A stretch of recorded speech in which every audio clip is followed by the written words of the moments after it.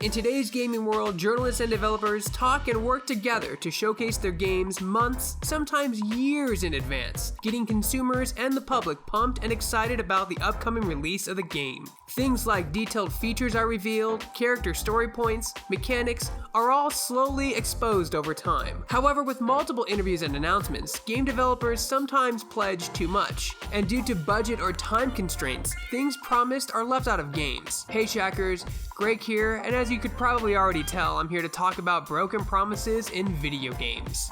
Using votes on Twitter, our community, and research, I'm going to talk about these 10 games that didn't quite live up to their promised expectations.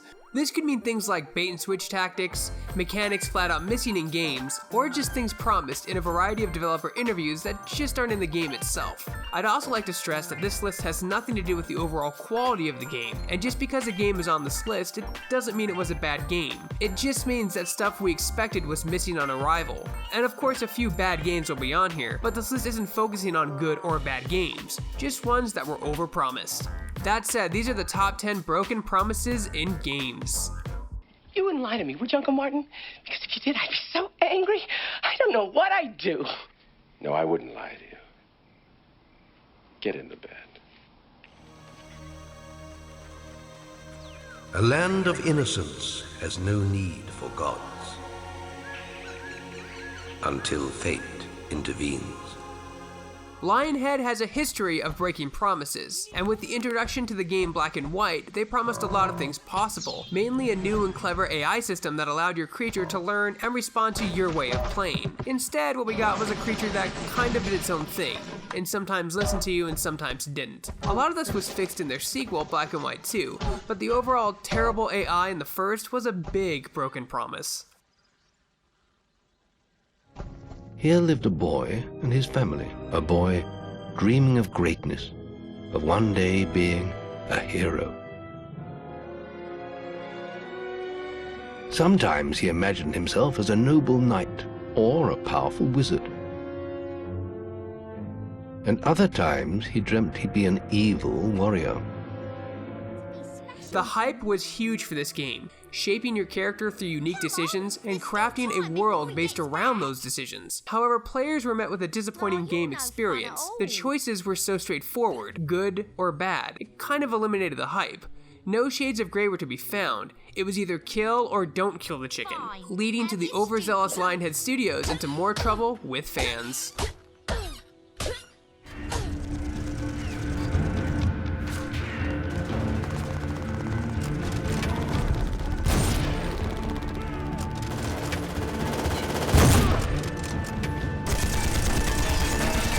Before the days of Black Ops 3 and Call of Duty Advanced Warfare, movement systems were very limited in game. Think boots on the floor style gameplay. Brink, a game published by Bethesda, promised a completely new approach to movement in their new first-person shooter.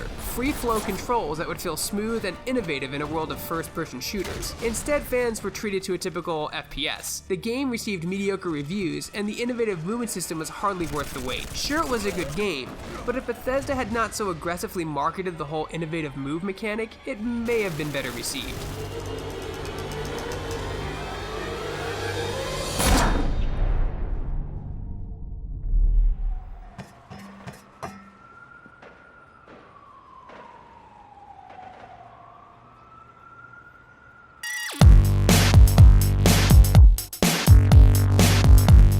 With the massive success of World of Warcraft, game companies desperately tried to create their own cash cow MMO. APB, All Points Bulletin, promised highly realistic graphics, detailed unique character customization, and the true cops and robbers experience. When the game was finally out, it was painfully bad. The majority of the reviews said the game felt underdeveloped and unfinished.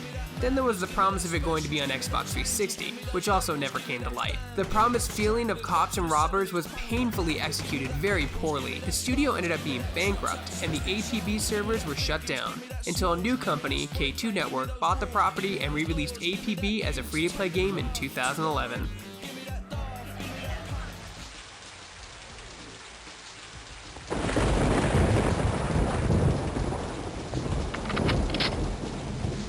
The game began development right at the dot-com boom in 1997.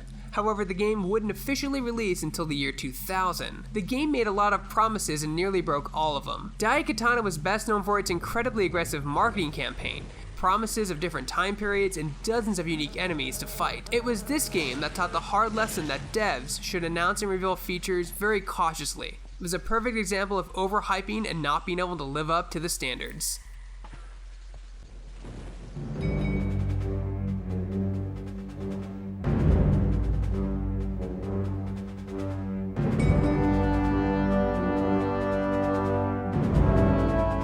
Published by Gearbox Software, this first-person shooter has been passed down to multiple development teams. From Timegate Studios, Demimerge Studios, Nerve Software, and finally Check Six Games. The main hype behind the game was that it was a sequel to the popular Aliens film in 1986. Multiple dev diaries promised the ultimate Alien experience and also graphics. What gamers got was a mediocre, rushed, unpolished version of the game, terrible broken enemy AI, muddy, ugly graphics, and the mountains of marketing that promised an overwhelming amount of things that just weren't there. Not to mention the E3 trailers that misled the look of the game completely. Let this be a lesson to future gamers. If a studio wants to cancel a game, they probably have a good reason.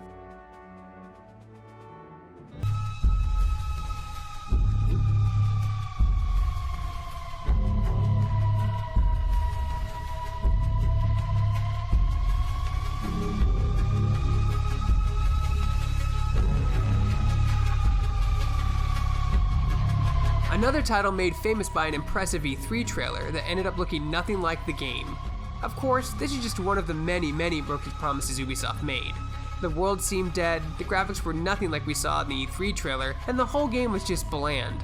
Let's hope they learned their lesson in Watch Dogs 2. We interrupt this broadcast for a special news bulletin. In his speech on Thursday, the president said he remains cautious but optimistic regarding the recent alien visitation. He urged all citizens to avoid taking any actions that may seem aggressive, such as discharging firearms or making lewd gestures. Fuck yeah, I'm back, baby. Shake it, baby. With the tagline and marketing campaign of "The Duke is back," we all knew he wasn't, and the game was a disaster. Duke Nukem Forever was a 90s game released in 2006, so it didn't work. Chuck it back up to the overwhelming amount of broken promises the Duke has made over the years. What the fuck I made? Oh yeah.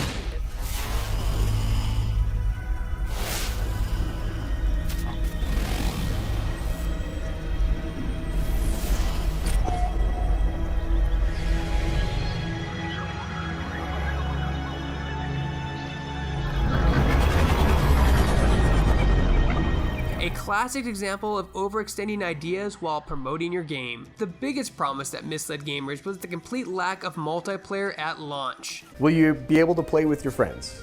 Yeah. Bullshit. Is there a competitive element to this game? Yeah, if you want. Bullshit. Can you grief other players? A little bit. The only way for you to know what you look like is for somebody else to, to see you. Can you run into other people, other players on the game? Yes, but the chances of that are incredibly rare because of the bullshit. size of what we're building. Wow. Among other broken promises included big space battles between factions. So this is a giant sandbox that we're making, a universe-sized sandbox. It's full of choices. Like here, we're at the boundary between two warring factions. Oh my god, bullshit. I could join in, I could take sides. Where the fuck? No, you can't. Bullshit. Where the fuck is this in the game? Meaningful trading, rivers, resources, and biomes based on the distance from each system's sun. Easaloys is near the solar system's sun, so its surface is quite toasty. Objection! Some stubborn life forms have learned to survive here, but you won't unless you've crafted enough tech upgrades to be out in the sun. 78 is asking, will there be planets composed completely from sand, like a dune planet, or planets completely composed of liquid, like water worlds? Yes, is the answer. Objection! All right. Short, yes. Okay. The list is pretty long. Either the game wasn't given enough time, or the creative director scrapped a lot of these ideas due to hardware issues or budget issues. So you have to be careful for what you promise or say will be in the game at launch. I'm sure Sean Murray wanted all the stuff in the game, but when you're unsure if it'll be in the final product, it's best to not promise a variety of features gamers were looking forward to only to have them not be in your final game.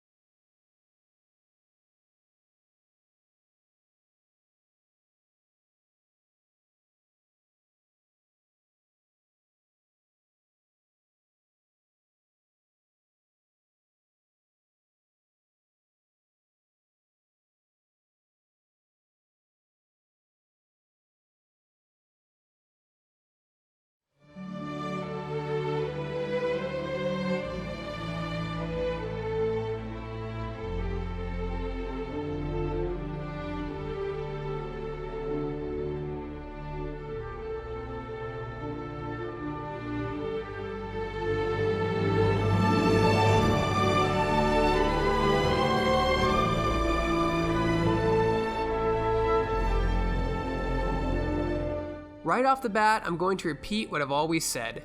I don't believe that Chris Roberts set out to scam anyone, let alone gamers. I do believe that he could make a game that he envisioned. That's why I backed his project. Like him, I was a believer. It's amazing how much you can learn when you start to pay close attention to something. You see, here's the thing with video game development. It can get away from you very quickly. Once the design scope changes, the budget tends to go out the window. In October 2012, Star Citizen was pitched to crowdfunding backers as a $5 million game. They later moved to Kickstarter. The promise was for delivery on or before November 2014. Note that the given nature of the industry, it is easy to assume that there could be delays. It's expected. At the time, the original Terms of Service 1.0 was simple, nothing about refunds or financial accountability. In August 2013, having raised $15.5 million and migrated to the new website, they released Terms of Service 1.1 Section 4A. Of this contained two key components, which were a huge incentive for most backers. Note, also around this time, the original game FAQ disappeared. Instead, it was redirected to a description of the game on the new website. This whole thing, from start to finish, has now become a massive cash grab in which, by the time they either deliver an MVP or close up shop, backers will never ever receive a pair of games they paid over $115 million for. And the new Terms of Service is designed to completely remove any all legal recourse backers have. This is the reality of the scam. It's astonishing to see the rapid reaction of fans to any criticism the game endures. A literal army descends on the author or poster to ensure they're verbally beaten into submission. I understand that in this day of age, every video game has its fanboys, but it's a little eerie that a game that doesn't seem to be anywhere close to release is drawing this level of prevalent support from fans. True believers that not only support the game, but seem dedicated to stamping out any and all dissent about it. Part of this is likely due to how much money these backers have invested, but something just feels different here. People are spending dozens or hundreds or thousands of dollars on chips and upgrades for a game they're hoping doesn't somehow collapse before launch. Or they know in their hearts it won't, through faith alone. They're defending themselves and simultaneously attacking anyone who questions whether throwing money at a game like this might actually not be a great idea. If you are a supporter, I hope you get what you pay for, but don't become the personal internet army for a developer just because you feel like your pot is committed at this point. Alright, I cannot get the doors to open in training mode to launch. I went to the universe and tried to find my ship, found a ship, but kept falling through the front glass. Is this game a scam? This has no playability and I had such high hopes. I am an old school experienced gamer and this is nowhere near the stage needing to be sold to the public, even if it's in development stage. The tutorials need tutorials, the controls are piss poor, and I'm going to play Freelancer and have some fun now. Oh wait, that classic doesn't work anymore on Windows 10. You guys should be ashamed of a mess of a game this is. Hints are needed as you play with any complicated game and you give none. I find myself wandering around pissed I spent $50 to try this. Get your stuff together. Star Citizen was announced back in 2012 and was initially scheduled for release by the end of 2014, but according to Roberts, development has been very challenging. The game is to be the spiritual successor to the Wing Commander series and will only release on PC. We keep hoping for an actual release date. It is now 2016, and as anyone can tell you about the alpha, the game is a mess. Having raised $114 million, missed the game's original ship date, blown past the 18-month terms of service period, dealing with growing backer unrest, allegations of of plagiarism in key art assets, allegations of misuse of backer money, like spending $20,000 on espresso machines, a space door, expensive restoration hardware furniture at an all-new Santa Monica HQ, CS tagging of backers, high salaries, amid reports of lavish lifestyles. Mrs. Sandy Roberts again caught filming movie projects on company property with company equipment bought by backers, hiring private investigators to seek out employees/contractors both past and present and mark them as leakers, canceling key promises, departing key talent, competition from major players, No Man's Sky, Elite Dangerous Continued Onslaught, Mass Effect Andromeda, COD Infinite Warfare, in other words, a ton of really bad stuff. They've upped the ante and went for broke. The list goes on, as if it has no filters. Nobody to tell him no. In fact, dreams aside, it all boils down to one single thing: incompetence. As artists, we are all born and bred dreamers. But as we age, gain experience, learn new things, we start to reconcile fact from fiction, dreams from reality, and at some point, we learn how to ensure that our dreams don't become nightmares. We learn to temper expectations, even as we aim for the stars. What games gave you broken promises? Let us know in the comments below. For more videos like this and everything else gaming related, you're already in the right place. You're on Shacknews.com.